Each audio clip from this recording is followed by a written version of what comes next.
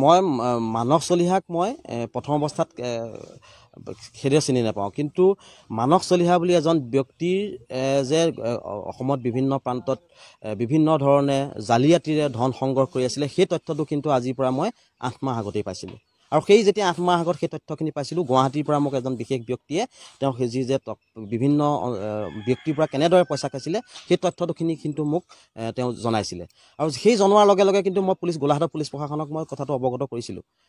কাক কৰিছিলোঁ সেই সময়ত যদি পৰৱৰ্তী সময়ত ক'ব লাগে মই ক'ম, সেই তথ্য মোৰ ওচৰত আছে। সেই 8 মাহ আগত যোৱা জুন মাহত সেই তথ্যটো পোৱাৰ লগে লগে মই জনাইছিলোঁ।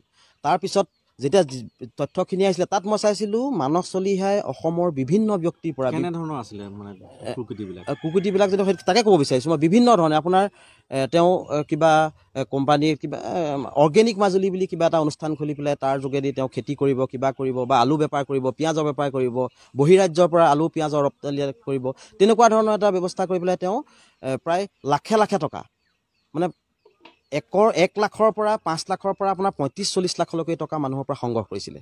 আৰু সেই তথ্য কিন্তু বেংক একাউণ্টৰ যিখিনি তথ্য, সেই তথ্যখিনি মোৰ ওচৰত আছে। সেই তথ্যখিনি আপোনালোকক মই দিছোঁ। সেই তথ্যখিনি পাইছিলোঁ আৰু পোৱাৰ লগে লগে বিভিন্ন ধৰণৰ অনুসন্ধান কৰি চালোঁ। আৰু তাৰ লগে লগে আৰু এটা কথা ক'বলৈ যাম, মানস চলিহাৰ যেতিয়া মই বিভিন্ন ধৰণৰ কুকীৰ্তিবিলাক খুচৰিবলৈ বা তেওঁ কি কৰি আছে চাবলৈ গৈছিলোঁ, তেতিয়া দেখিছিলোঁ অসম চৰকাৰৰ এজন মন্ত্ৰী পৰিমল শুক্লবৈদ্যৰ লগত তেওঁ খুব ঘনিষ্ঠভাৱে ফেচবুকৰ একাউণ্ট খুলি চালোঁ। তাত ধুনীয়াকৈ তেওঁ ফটো আছে, তেওঁৰ লগত ঘনিষ্ঠ বুলি কয়, তেওঁ বিভিন্ন ধৰণে লিখিছে। আৰু গোলাঘাটৰ যিটো মীন বিভাগ আছে, সেই মীন বিভাগৰ পৰা এখন তেওঁ অনুজ্ঞাপত্ৰ লাভ কৰিছে, যিখন লাইচেঞ্চ এখন লাভ কৰিছে, সেইখন যে তেওঁ মাছ পোৱালি দিয়াৰ যিখন অনুজ্ঞাপত্ৰ তেওঁৰ নামত কিন্তু সেই সময়ত মই পোৱা গৈছিলে। সেই তথ্য আপোনালোকক মই দিছোঁ বা মোৰ ওচৰত আছে। গতিকে মানস চলিহাৰ যদি কুকীৰ্তিৰ বিষয়ে ক'বলৈ যাওঁ, আপোনালোকেও যদি অসমৰ বিভিন্ন ব্যক্তিয়ে হয়তো আজি বাতৰিযোগ টুকুৰাৰ লগে লগে তেওঁলোকে প্ৰতিক্ৰিয়া প্ৰকাশ কৰিছে। যদি চাবলৈ যাওঁ, মানস চলিহাৰ কুকীৰ্তি মোৰ ঘৰৰ পৰা বেছি দূৰ নহয়, 5 কিলোমিটাৰমান আঁতৰত তেওঁ গণক পুখুৰী বুলি কয়, সেই গণক পুখুৰী অঞ্চলৰ তেওঁ। আৰু কুৰালগুৰিত এখন তেওঁ অৰ্গেনিক মাজুলী বুলি এটা অনুষ্ঠান, এখন দোকান আছে। গতিকে সেই তাৰ পৰাই ক'ৰ পৰা আৰম্ভ কৰিছে নাজানো, কিন্তু অসমৰ বিভিন্ন জেগাৰ পৰা তেওঁ সেই টকা সংগ্ৰহ কৰি পেলাই যেতিয়া পইচাখিনি মানুহক ঘূৰাই দিবলৈ যায় বা বিচৰাৰ লগে লগে তেওঁক মানে কিবা বন্দুক দেখুৱাই হওক, কিবা কৈ পেলাই তেওঁ ভয় দেখুৱাই বুলি বা কিবা কৰিম তেনেকুৱা ধৰণৰ কিবা কথা কৈ পেলাই তেওঁ ভয় খুৱায়। তেনেকুৱা প্ৰমাণ আমাৰ ওচৰত আছে।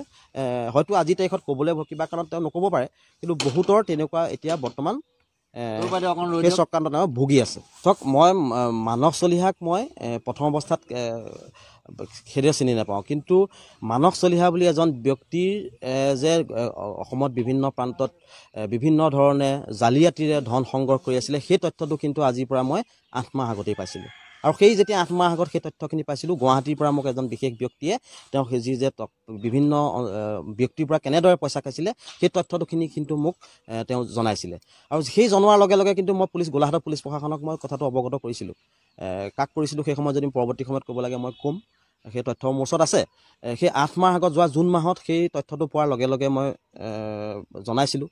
তাৰপিছত যেতিয়া তথ্যখিনি আহিছিলে তাত মই চাইছিলোঁ মানস চলিহাই অসমৰ বিভিন্ন ব্যক্তিৰ পৰা কেনেধৰণৰ আছিলে মানে কুকীৰ্তিবিলাক যদি তাকে ক'ব বিচাৰিছোঁ মই, বিভিন্ন ধৰণে আপোনাৰ তেওঁ